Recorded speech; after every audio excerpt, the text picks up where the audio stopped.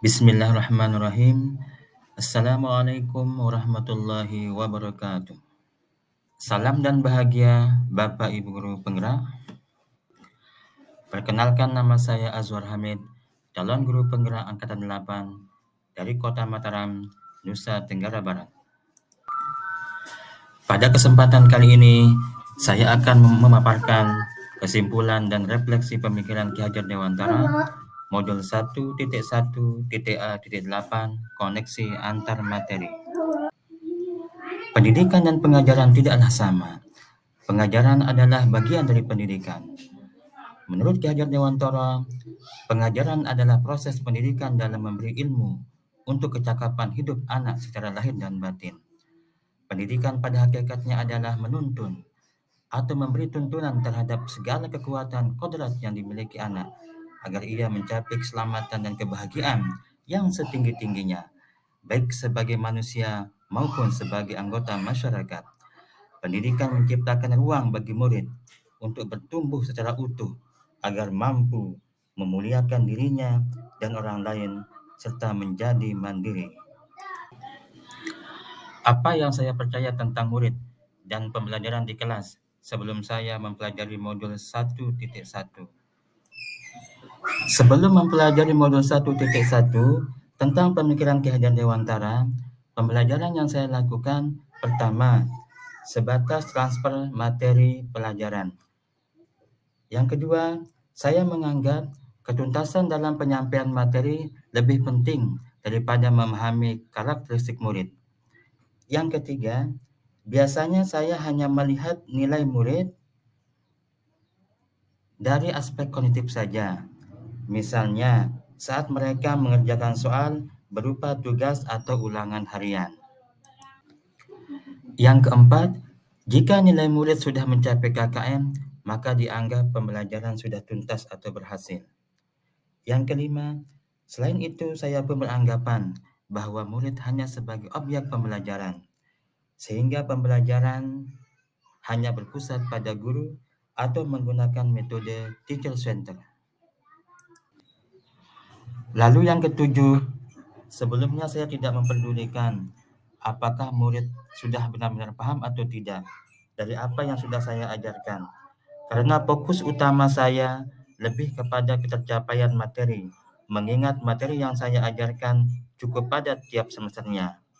Kemudian yang ke-8, saya pun hanya meminta siswa untuk menghafal materi yang saya ajarkan, tanpa memikirkan bagaimana cara agar materi tersebut dapat dipahami dengan sepenuhnya. Dan yang ke-9, sehingga saya pun sering merasa gagal dan mengeluh jika banyak murid yang tidak tuntas setelah melakukan evaluasi. Apa yang berubah dari pemikiran atau perilaku saya setelah mempelajari modul ini? Akan tetapi, setelah saya mempelajari modul 1.1 tentang pemikiran Ki Hajar Dewantara, saya menyadari bahwa apa yang saya pikirkan dan saya lakukan selama ini belum tepat. Setelah mempelajari modul 1.1, saya menyadari bahwa seharusnya saya melakukan proses pembelajaran secara menyeluruh, bukan hanya aspek kognitif saja, namun juga aspek pembelajaran afektif, psikomotor, spiritual, sosial, dan budaya. Murid bukan sebagai objek pembelajaran, melainkan sebagai subjek pembelajaran. Artinya, murid memiliki kebebasan berekspresi, mengemukakan pendapat, dan berkreasi sesuai dengan metode atau model pembelajaran dan media yang tepat. Guru seharusnya sebagai fasilitator dalam proses pembelajaran. Guru pun harus ikhlas, penuh kesabaran, dengan segala ketulusan hati, agar terwujud pembelajaran yang menyenangkan dan berpusat pada murid. Selain itu, saya harus mempelajari karakteristik murid. Karena setiap anak dilahirkan unik, dengan kelebihan dan kekurangannya masing-masing. Saya pun harus menghargai setiap karakter murid, berikan kesempatan murid untuk tumbuh sesuai dengan kodratnya masing-masing. Apa yang dapat segera saya terapkan lebih baik agar kelas saya mencerminkan pemikiran Ki Hajar Dewantara. Yang dapat segera saya terapkan dalam pembelajaran di kelas antara lain, merancang pembelajaran yang interaktif dan menyenangkan dengan melibatkan murid sesuai metode student center. Berikutnya, saya akan menerapkan pembelajaran abad 21 yang sesuai dengan pemikiran Ki Hajar Dewantara, yaitu berpikir kritis, kreatif, komunikasi, dan kolaborasi. Pembelajaran tidak lagi menuntut, tetapi menuntun. Karena tugas guru adalah memberi tuntunan atau arahan yang baik kepada murid, berusaha menjadi teladan bagi murid, baik dalam perkataan maupun perbuatan. Selanjutnya, saya harus mengenali karakter dan latar belakang murid dengan menjalin komunikasi yang baik.